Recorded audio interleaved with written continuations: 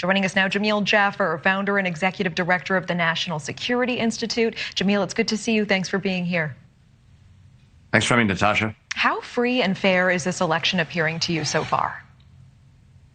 Well, you know, it's surprising because you might expect, given the control that President Erdogan has exercised over the country, that you'd see a election that was less even-handed. And yet we see here President Erdogan in pretty dangerous shape. He's below the 50% threshold he needs to be to avoid a late May runoff.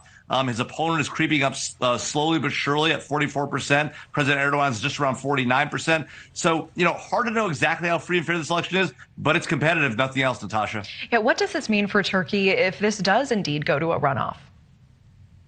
Well, it could mean a lot because obviously Turkey, the second largest military in NATO, presented some challenges here for the NATO coalition, having bought Russian weaponry and having also opposed Sweden's joining of NATO. And so we've seen some tension between the alliance and Turkey. And President Erdogan has been in power for now 20 years, first as prime minister, then as president.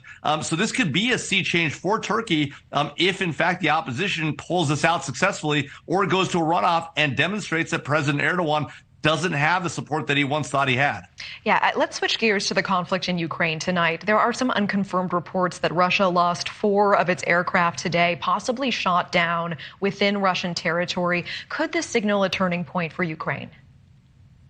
Well, it certainly demonstrates that the Ukrainians have some capability. If, in fact, it's proven that these Russian aircraft were shot down and that Ukraine or its supporters have the ability to shoot down aircraft into Russia, that could demonstrate that the Russian air power, which has largely been pretty successful over Ukraine, could be facing some serious challenges. That combined with the challenges that the Russian forces have seen on the ground and their tough fight they've had for Bakhmut, including as well as other areas, could demonstrate that the Russian effort is not as successful. And if the Ukrainians are able to mount a successful counteroffensive, as has been discussed, upcoming in the near future, that could be a really difficult challenge for the Russians to face down. Yeah, let's talk more about that. Ukrainian President Zelensky saying that he's preparing for a new counteroffensive tactic. He's insisting this is not an outright attack on Russia. Can you explain the difference? What does this mean?